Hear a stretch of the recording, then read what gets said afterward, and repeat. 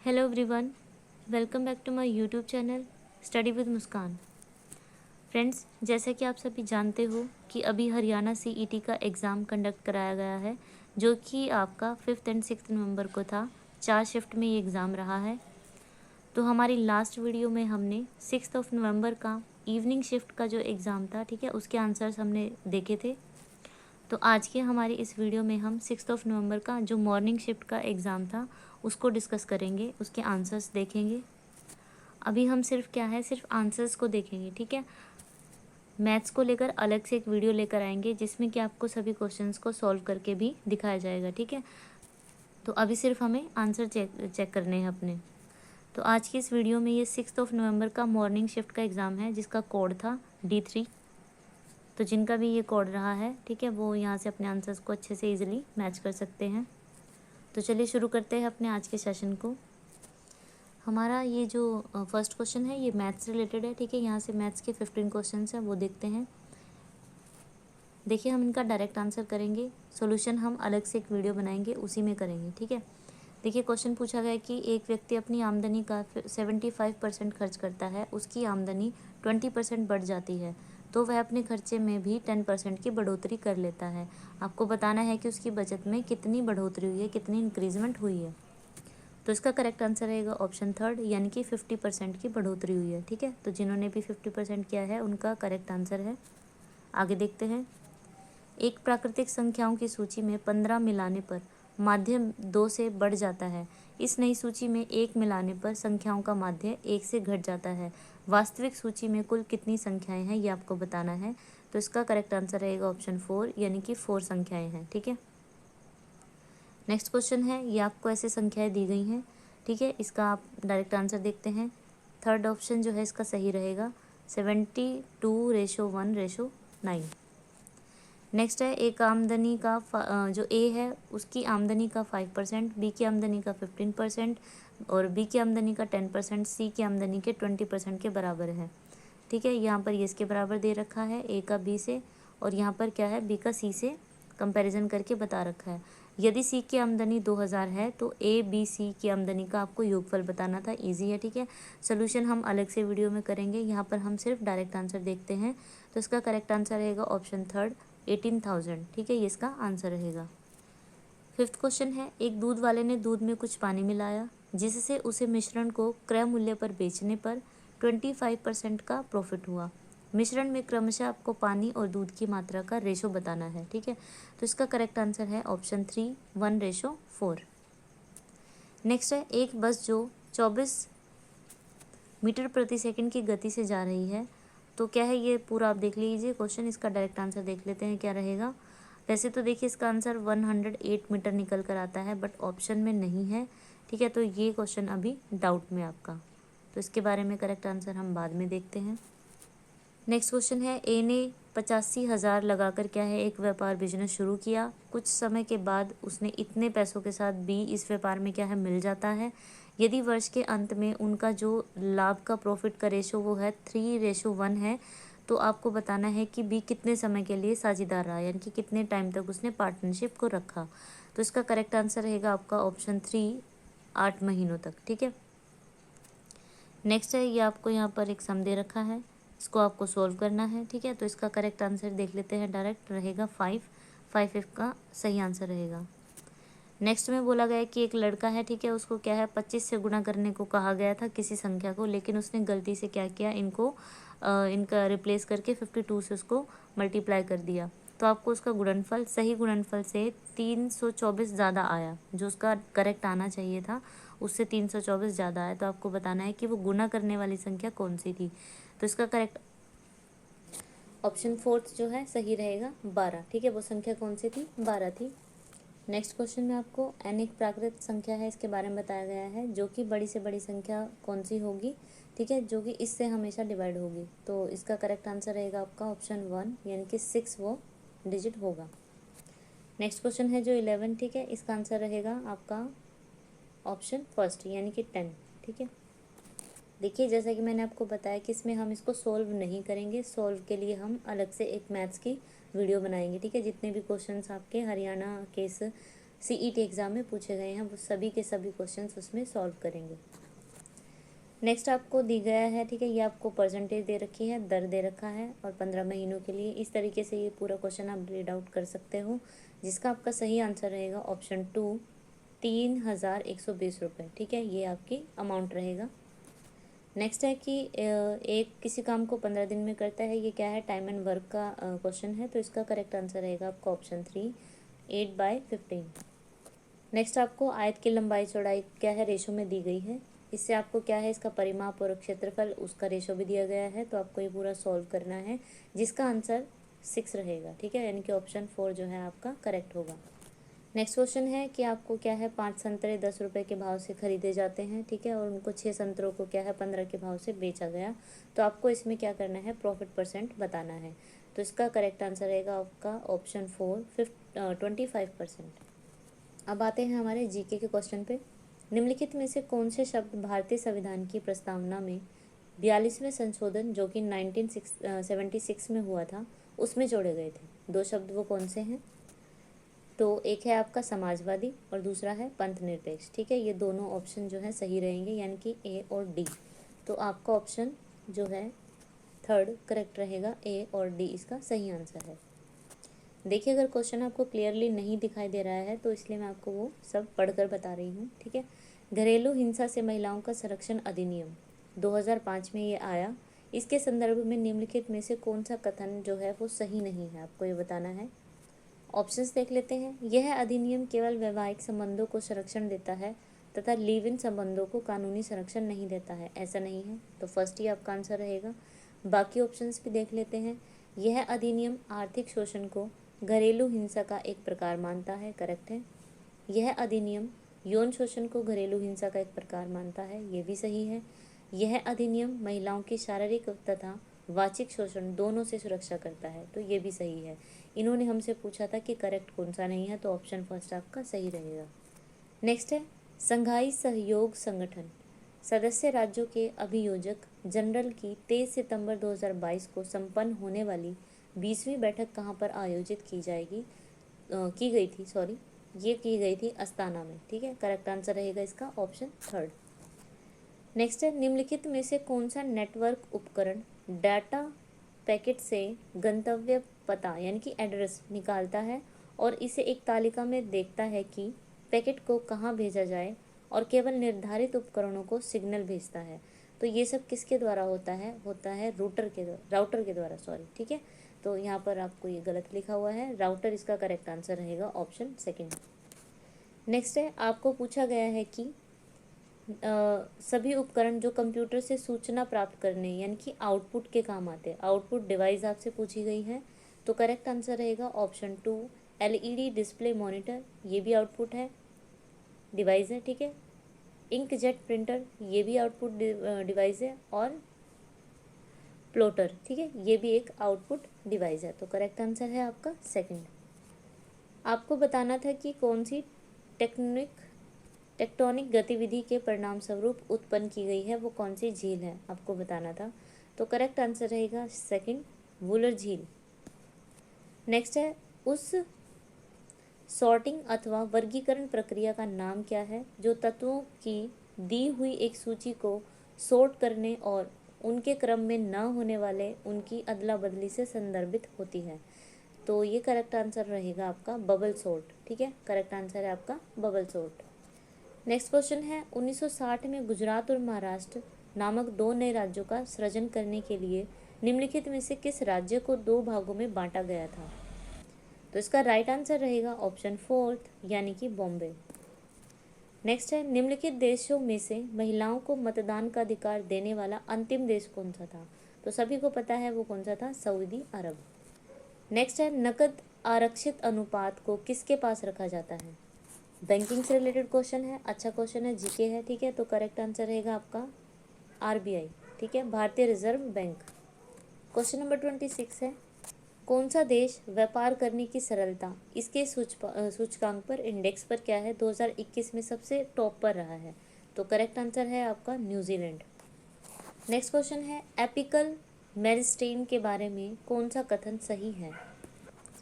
यह तने तथा जड़ के बढ़ते हुए सिरों पर होता है और तने तथा जड़ की लंबाई को बढ़ाता है। तो यही इसका करेक्ट आंसर रहेगा, यानी कि ऑप्शन सेकंड। नेक्स्ट क्वेश्चन है, कोई वस्तु 3 सेकंड में 9 मीटर चलती है और अगले 5 सेकंड में 23 मीटर की दूरी तय करती है। आपको उसकी क्या है, एवरेज स्पीड जो थी वो बतानी थी। तो इसका करेक्ट आंसर रहेगा फर्स्ट, यानी कि 4 मीटर प्रति सेकंड। नेक्स्ट है, विश्व ओजोन दिवस 2022 की जो थीम थी आपको वो बतानी है। तो करेक्ट आंसर है इसका ऑप्शन 2, मॉन्ट्रियल प्रोटोकॉल @35 पृथ्वी पर जीवन संरक्षण के लिए वैश्विक सहयोग, ये इसकी थीम रही 2022 की। नेक्स्ट क्वेश्चन ये कंप्यूटर से रिलेटेड है, आपको इसकी फुल फॉर्म बतानी थी HTTPS की। तो इसकी करेक्ट जो फुल फॉर्म है वो रहेगी hyper text transfer protocol secure. ठीक है, ऑप्शन जो 4 है आपका सही रहेगा। यहाँ से आपकी हिंदी स्टार्ट होती है। यहाँ पर देखिए आपको अलंकार दिए गए हैं और उनसे संबंधित कुछ आपको क्या है, एक वाक्य दिया गया है। आपको बताना है कि वो कौन सा करेक्ट नहीं है। ठीक है, आपको ये बताना है मैच कौन सा सही नहीं करता है। देखिए, रूपक नील परिधान बीच सुकुमार, खुल रहा मृदुल अध खुला अंग, खिला हो ज्यों बिजली का फूल, मेघवन बीच गुलाबी रंग। तो जहाँ पर ज्यों आ जाता है, ठीक है, वो रूपक अलंकार नहीं होता है। तो करेक्ट आंसर आपका फर्स्ट ही रहेगा। नेक्स्ट देख लेते हैं, कीर्ति भान भूगोल विषय में अभी अज्ञान है। ठीक है, आपको ये ज्ञान वर्ड जो है रेखांकित है, मतलब अंडरलाइन किया हुआ है। आपको इसका क्या बताना है, शब्द का उपसर्ग स्पष्ट करना है कि इसमें कौन सा उपसर्ग है। तो इसका करेक्ट आंसर रहेगा ऑप्शन फर्स्ट, तत्सम। देखिए तत्सम तो है ही ये, सॉरी उपसर्ग तो है ही इसके अंदर। ठीक है, लेकिन इसमें उपसर्ग जो है आपको दिया गया है, और ये कौन सा उपसर्ग है, ये संस्कृत का है, इसलिए ये तत्सम बन जाता है। ठीक है, यहाँ पर नहीं तो आप देखोगे कि उपसर्ग यहाँ पर भी है, यहाँ पर भी है। तो ये करेक्ट आंसर रहेगा आपका ऑप्शन फर्स्ट, तत्सम उपसर्ग। नेक्स्ट में बताना था कि कौन सा विराम चिन्ह की दृष्टि से शुद्ध वाक्य है।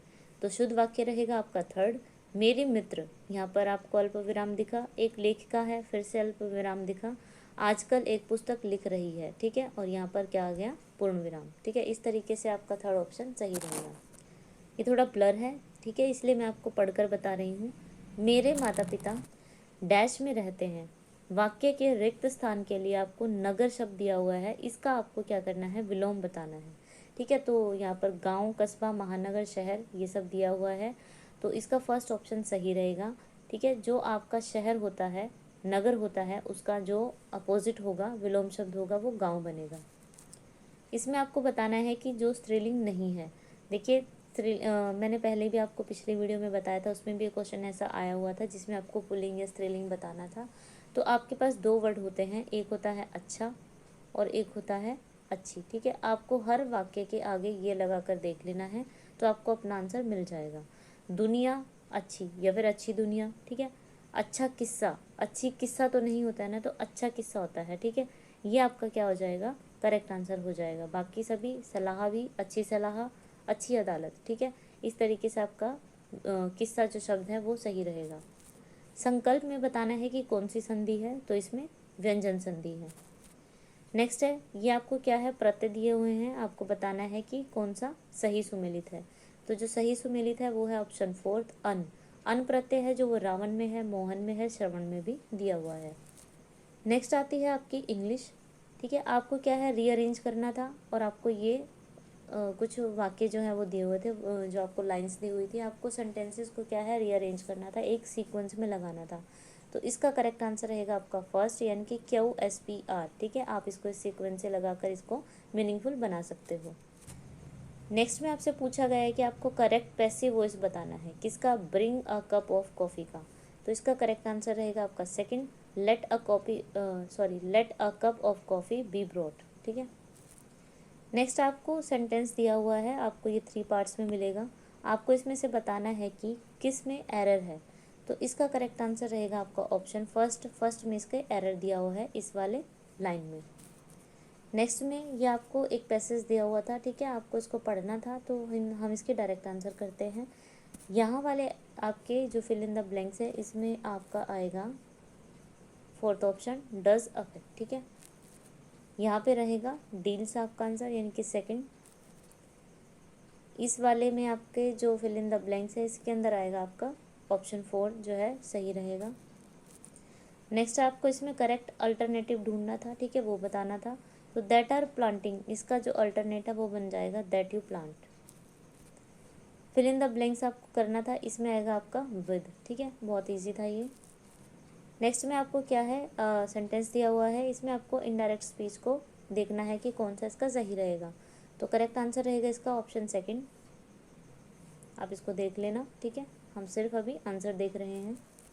नेक्स्ट आपको ये वर्ड दिया हुआ है, इसका आपको क्या है अल्टरनेट बताना है कि इसकी जगह पर क्या आ सकता है। तो करेक्ट आंसर रहेगा आपका ऑप्शन 4। इसमें आपसे क्या है करेक्टली स्पेल्ड वर्ड पूछा गया था, तो वो आपका ऑप्शन 1 रहेगा। आप इसकी स्पेलिंग अच्छे से देख सकते हो। इसमें से आपको वही स्पेलिंग से जो सही है वो बताना था, तो फर्स्ट ऑप्शन सही रहेगा, फेमिलियर इसका आंसर ठीक रहेगा। नेक्स्ट में आपको एंटोनियम बताना था किसका, डेंजरस का, तो इसका करेक्ट आंसर रहेगा आपका ऑप्शन 4। इसका आपको सिनोनियम बताना है, ठीक है, तो करेक्ट आंसर रहेगा आपका 4। इसमें फिर से आपसे क्या है करेक्टली जो स्पेल्ड है सही है वो आपसे पूछा गया है, तो करेक्ट आंसर होगा आपका, आपको सजेशन बताना था, तो ऑप्शन 1 जो है राइट रहेगा। अब आती है हरियाणा जीके की बारी, ठीक है। देखिए क्वेश्चन है फर्स्ट, नाहर वन्य जीव अभ्यारण्य जो है वो कहाँ पर है, तो सभी को पता है वो कहाँ है, रेवाड़ी में। करेक्ट आंसर रहेगा आपका 1। आगे देखते हैं, हरियाणा लोक सेवा आयोग की स्थापना कब हुई थी, तो आपकी ये हुई थी जब आपका हरियाणा बना था 1966 में ही। इसमें आपसे पूछा गया है कि हरियाणा के जो पहले लोकायुक्त थे वो कौन थे। करेक्ट आंसर होगा 2 प्रीतम पाल। नेक्स्ट है पंजोखरा साहिब गुरुद्वारा जो कि आपका अम्बाला में है, वो किसकी याद में बनाया गया था या किसको समर्पित है। तो करेक्ट आंसर रहेगा ऑप्शन 3 गुरु श्री हरकिशन साहिब जी की याद में। हरियाणा का पूर्वी देशांतर पूछा गया है, तो करेक्ट आंसर रहेगा ऑप्शन 1, ये आप अच्छे से देख सकते हो। नेक्स्ट में आपसे पूछा गया है कि पानीपत में बेटी बचाओ बेटी पढ़ाओ के जो शुभंकर थे वो मतलब कौन थे, किन्होंने उसको शुरू किया था, तो ये किया था श्री नरेंद्र मोदी ने। करेक्ट आंसर रहेगा ऑप्शन 4। अगले में आपसे पूछा है आर्थिक सर्वेक्षण के अनुसार हरियाणा की जो प्रति व्यक्ति वार्षिक आय है, ठीक है, सालाना इनकम जो है वो बतानी है, तो इसका करेक्ट आंसर रहेगा ये, ठीक है, 2,35,707 रुपये। और आर्थिक सर्वेक्षण के अनुसार ही जो 21-22 में हुआ, इसके अकॉर्डिंग ही हरियाणा में कुल कितने उप कोषागार हैं आपको ये बताना है। तो ये कितनी है आपकी 82, ठीक है, आंसर रहेगा ऑप्शन 1। नेक्स्ट है जो 2022-23 के लिए हरियाणा बजट है उसमें कृषि के क्षेत्र में व्यय के लिए कुल बजट का कितना % जो है निर्धारित किया गया है वो आपको बताना है, जिसका करेक्ट आंसर रहेगा ऑप्शन 2 यानी कि 4.3%। किसके लिए, ये एग्रीकल्चर के लिए है। नेक्स्ट क्वेश्चन है हरियाणा में यूनियनिस्ट पार्टी की पहुंच के विस्तार के लिए 1923 में फजल ए हुसैन के साथ मिलकर किसने जमींदार लीग की स्थापना की थी, तो ये आप सभी को पता है, ये की थी सर चौधरी छोटूराम ने। नेक्स्ट है प्रसिद्ध लेखक धरणीधर ने अपनी पुस्तक, धरणीधर हैं राइटर हैं, इनकी पुस्तक है अखंड प्रकाश, इसमें उन्होंने हरियाणा राज्य को किस शब्द से संबोधित किया है, क्या कहा है ये बताना है। तो इन्होंने कहा है हरिबंका। सेकंड ऑप्शन जो है आपका सही रहेगा। नेक्स्ट क्वेश्चन है खोड़िया नृत्य जो है ये कब किया जाता है, आपसे ये पूछा है, तो आप सभी को पता होगा ये किया जाता है विवाह के अवसर पर। नेक्स्ट है हरियाणा का कौन सा जिला सुराही के नाम से फेमस है या सुराही के लिए प्रसिद्ध है। सुराही मतलब होता है पतली गर्दन वाला एक घड़ा, ठीक है, आप सभी ने देखा होगा, आपको पता होगा। तो इसका करेक्ट आंसर रहेगा ऑप्शन 2 झज्जर। झज्जर को क्या है सुराही के लिए फेमस माना जाता है। नेक्स्ट क्वेश्चन है लाडली सामाजिक सुरक्षा भत्ता योजना, ठीक है, ये कब शुरू की गई थी आपको बताना इंपॉर्टेंट है ये।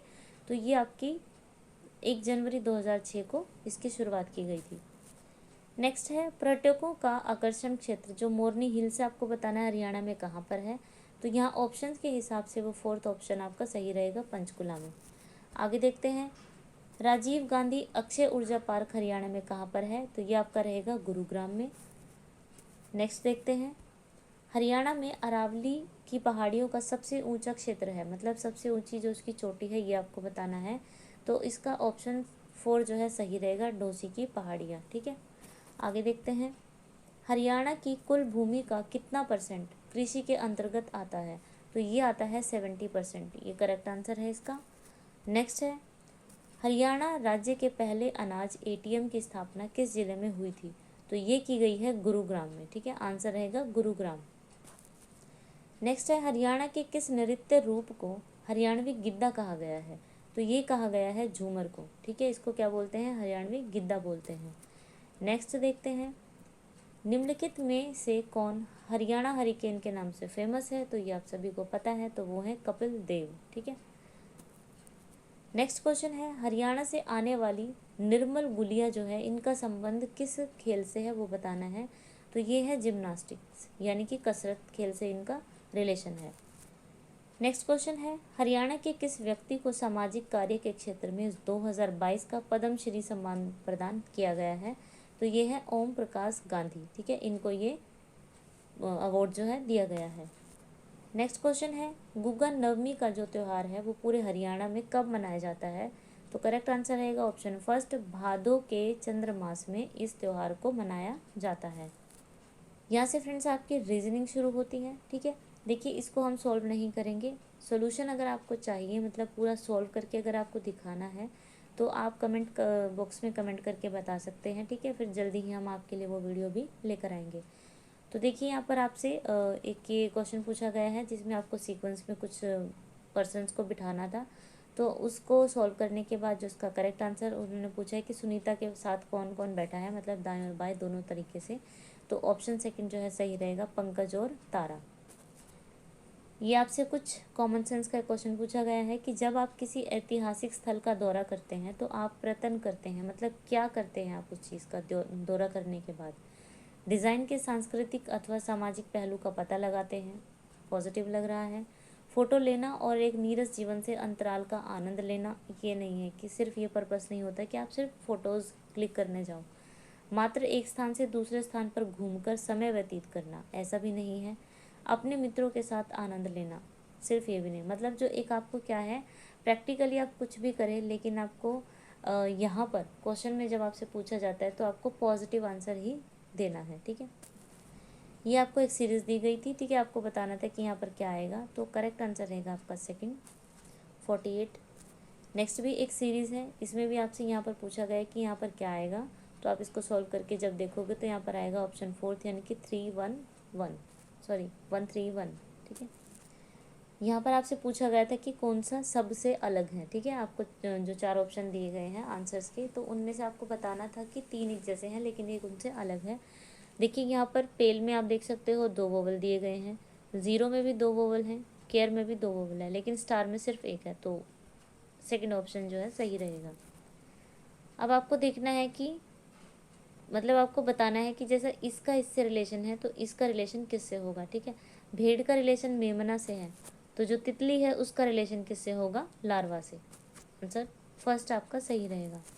नेक्स्ट में आपको बताना था कि जो ये सीक्वेंस है इसको फॉलो कौन सा सीक्वेंस कर रहा है। देखिए ABCD है, तो मतलब ये पूरा एक मतलब सीक्वेंस में चल रहा है अल्फ़ाबेटिक तौर से, और फिर नंबरिंग उसको दी गई है। तो इसका करेक्ट आंसर जो रहेगा ऑप्शन फर्स्ट रहेगा, PQRS पूरा सीक्वेंस में है और इसकी नंबरिंग 16, 17, 18, 19 वो भी सीक्वेंस में है। तो करेक्ट आंसर रहेगा ऑप्शन फर्स्ट।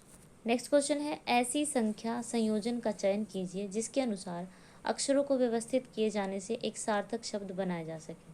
तो आपको इससे एक सार्थक शब्द बनाना था, तो इससे बना था मेंटर। या तो आप इसको ऑप्शन से भी देख सकते हो, मतलब ऑप्शन में भी आप इसको ये अल्फ़ाबेट जो आपको दिया हुआ है आप ऑप्शन के हिसाब से उसको चेक कर सकते हो, नहीं तो आप इसको देखकर भी यहाँ पर जैसे मेंटर बना है तो उसका आंसर यहाँ से फिर चेक कर सकते हो। तो आंसर जो है आपका सेकंड सही रहेगा, 631254।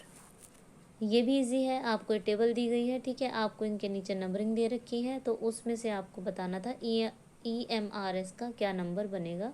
तो ये बनेगा 1793। आंसर 4 जो है करेक्ट रहेगा।